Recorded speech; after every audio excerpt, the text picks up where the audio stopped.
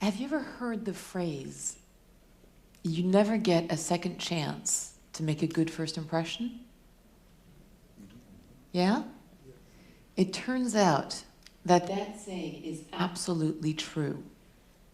Studies after studies have confirmed that this is called the primacy effect. And what it means is that once a first impression is made, everything you do gets filtered through that first impression. So if you make a good one, you have the cards stacked in your favor. If you make a bad one, it's not impossible to overcome, but you have a mountain to climb. So essentially, you only get one chance to make a good first impression. You better get it right the first time. So how long do you think you have to make a good first impression? What do you think? 10 seconds. 10 seconds? You wish. How long? 2 seconds. MIT study confirmed by the Harvard School of Health Sciences. In 2 seconds, people will judge your level of success, education, your social status, your friendliness, your trustworthiness. Why? Why is it that across cultures, across hemispheres, people will judge you that fast? Where does this come from?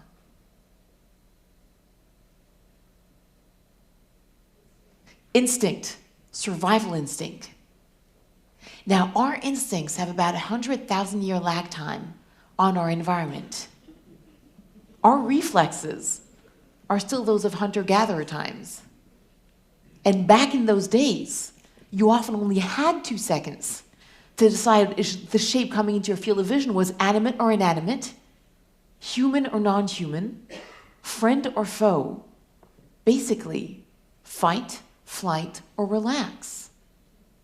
And those who could make those split-second decisions accurately survived, thrived, multiplied, and produced us. And those who couldn't ended up as somebody else's crunchy protein snack. Today, we're still operating on hunter-gatherer instinct. What happens in those 2 seconds? You walk into a room, what do people look at? Fight or flight. What this means is that what they're thinking is if we were to meet in a dark alley, who'd win in a fight? What do you think they look at? Size, yeah. Is it a big gorilla? Is it a small gorilla? Can I throw him out the room or will he throw me out the room? What else? Fight or flight. Size and? Posture. Posture will come, but right now it's really who would win in a fight. Who is stronger? So size is a good one. What next? Facial expressions will come, but that's a bit more in friend or foe. We're purely in strength here. Gender, thank you. It is a biological fact that most men are generally stronger than most women. What next? What else determines strength? We've got size, we've got gender, age. If he's 86 and I'm 22, I've got a much better chance of survival than if it's the other way around. So that's fight or flight. Then we move into friend or foe. And this, remember, is tribal times, right? How do they determine if you're friend or foe? What do they look at? Your eyes. What are the eyes? How many of you are thinking the windows to the soul? It's actually absolutely true because the area around the eyes is the most mobile of the entire human face, thus the most expressive, which is why poker players wear sunglasses, which is why Onassis used to also wear sunglasses when he's negotiating shipping contracts so that his opponents could not see what he was thinking. So the eyes, what else? Tribal times, right? Friend or foe. Your smile, your face, yeah, your body language. Did you know that over 80% of your interactions come down to your body language? MIT concluded after extensive studies they could predict the outcome of negotiations, sales calls, and business plan pitches with over 87% accuracy without listening to a single word or tactic or argument. Only looking at the voice fluctuation, the listening ratio, and the body language are the participants. Thing is, there is far too much body language for you to control consciously. Here's what I mean. Have you been aware of your eyelids fluttering in front of your eyes? How about the rate of your breathing? Were you thinking about the position of your toes or your feet? Have you forgotten your eyelids again?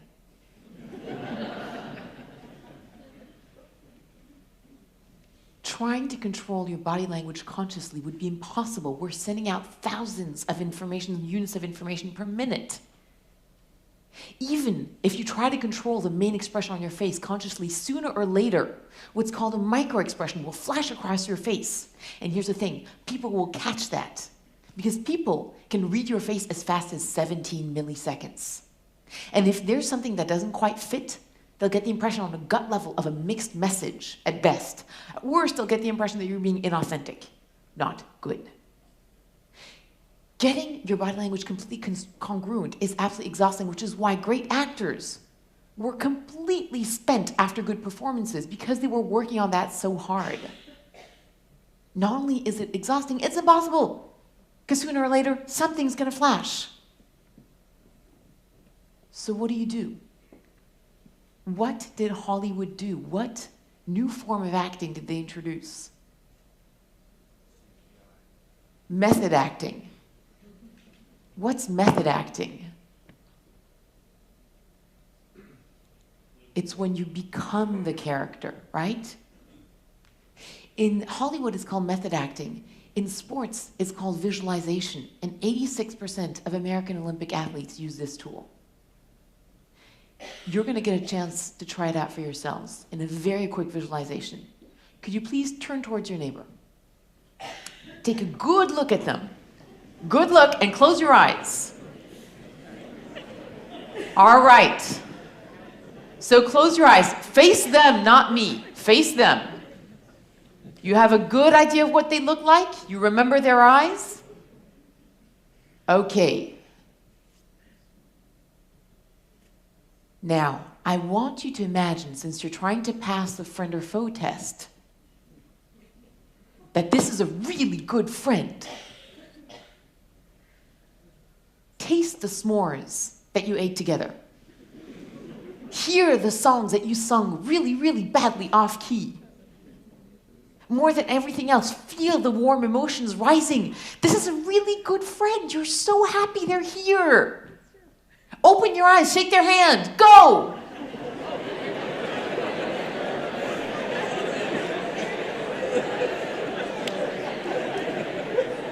Okay. I promise you'll get a chance to talk to your new best friends again. Why does this work?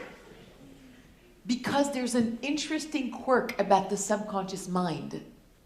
It does not distinguish between imagination and reality. How many of you have already been scared watching a scary movie? Raise your hand. Now, consciously, you knew that those are just well-paid actors on screen who are delighted to look like they're getting murder in exchange for a couple of $1 million. But subconsciously, your brain sees blood and guts up there, and it sends you straight into fight or flight mode, adrenaline rushing through your system. Do me a favor, close your eyes for a second. Imagine a lemon. Taste the difference between lemon and lime. Feel the sourness on your tongue. Now, think of your favorite piece of music. Hear the opening bars. Now imagine dragging your fingernails across the chalkboard. Open your eyes. There was no lemon. There was no chalkboard.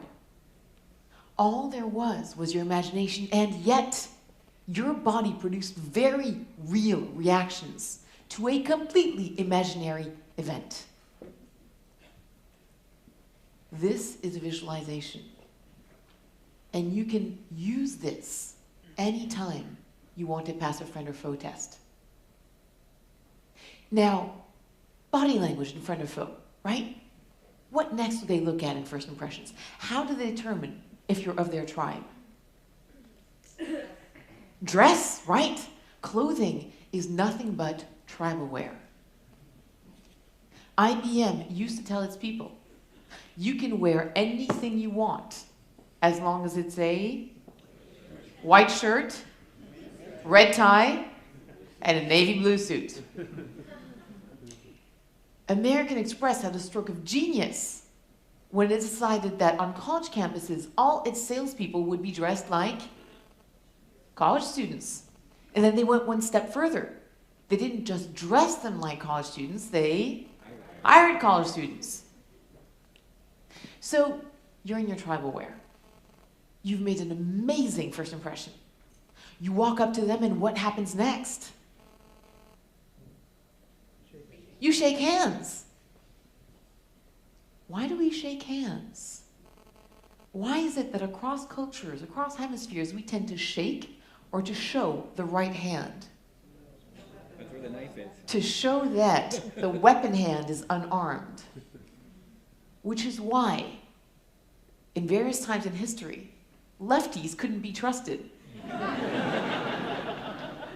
Because they could shake with their left and stab with their right. And in certain periods of time, left-handed people were actually put to death. How many of you in this room are left-handed? You are lucky to be alive. Now, before I tell you what a good handshake is, what's a bad handshake? A dead fish. Do me a favor, for just a second, could you please turn towards your neighbor and give them a dead fish handshake? Go ahead.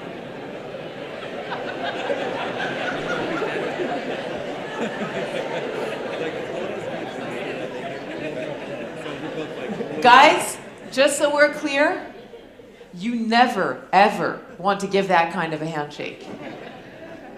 So for a perfect handshake, what you want to do is have maximum palm contact. Because remember, on a gut level, you want to give them a feeling you're not hiding anything. So for that, you're going to need to keep your palm convex, not concave. To open wide the space between your fingers so you get a good grip, and to kind of wrap your fingers around their palm. So you're going to try it out right now. First, I want you to try out a handshake with maximum palm contact with each other. And right afterwards, try a handshake without palm contact and see the difference. Go ahead. With and then without.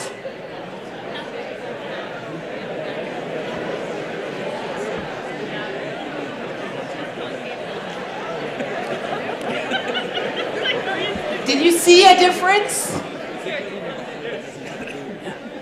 How many of you felt the difference? Raise your hand. Awesome. Angle. Keep your palms straight. Thumb up. No dominant handshake. No submissive handshake. No two-handed politician's handshake. Grip. Always match their level of firmness. I do not care if it's a man or a woman that you're facing. Match their level of firmness. About 2-3 seconds, depending on the culture. Release their hand and let them go. So, you've made the perfect first impression. You've given a great handshake. You walk up to them, right? Great first impression, perfect handshake. What next? Scent. Oh, God. Yes, I hope you've showered. What next? In the flow of interactions with people, you speak. Conversation. The secrets to being a great conversationalist was demonstrated by Benjamin Disraeli in the 19th century when he was running against William Gladstone for the post of Prime Minister to the British Empire. Now, this was the Victorian era, so whoever won was going to rule half the world. And in 1866, it was a torrid summer in London, the week before the election, both rivals happened to take the same young lady to dinner on consecutive evenings. So the press asked her what impressions the rivals had made upon her. She said, "After dining with Mr. Gladstone, I thought he was the cleverest man in England. After dining with Mr. Disraeli, I thought I was the cleverest woman in England." Guess who won the election? Disraeli, of course. Conversation skills are not a question of wit, wisdom, or wordplay. They all boil down to one thing: attitude. And the attitude you want to have is that the person you are facing is the most fascinating human being you have ever met. Disraeli's genius was in making everyone he was speaking to feel intelligent and interesting. I always tell my clients, don't try to impress them. Let them impress you, and they will love you for it. Dale Carnegie used to say in 1926, you can make more friends in 2 months by becoming truly interested in other people than you can in 2 years by trying to get other people interested in you.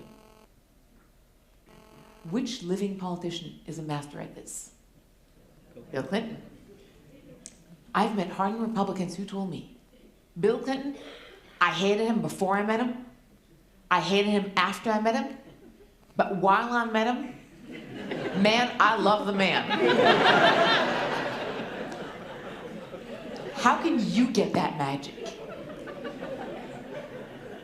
How can you get that presence? Think of Clinton. Does he need to say a word? No. The secret to a great presence is that great presence. It's being truly, completely present in your interactions. Have you ever been in a conversation when half your brain was busy doing something else? Like preparing your next sentence or thinking about something completely different? Have you ever been in that situation? When that happens, there's a good chance that your facial expressions are going to be a split second delayed, and the effect, the perceived effect of delayed facial expressions is that you come across as inauthentic. Have you ever been in a conversation with someone you felt was being fake, inauthentic? You do not want to come across that way. So think of that in your interactions when you're meeting amazing people over the next 2 days. Remember to keep bringing yourself back. Bring back your full attention. Because remember, you've got to be fully present. You've got to be really listening. And don't just listen. Listen with presence. You can't fake it, because if you do, split second, they'll realize it. The one thing that really you have to focus on is you can have amazing, heartfelt connections with people if you really give it a chance. Give them your best. Thank you very much.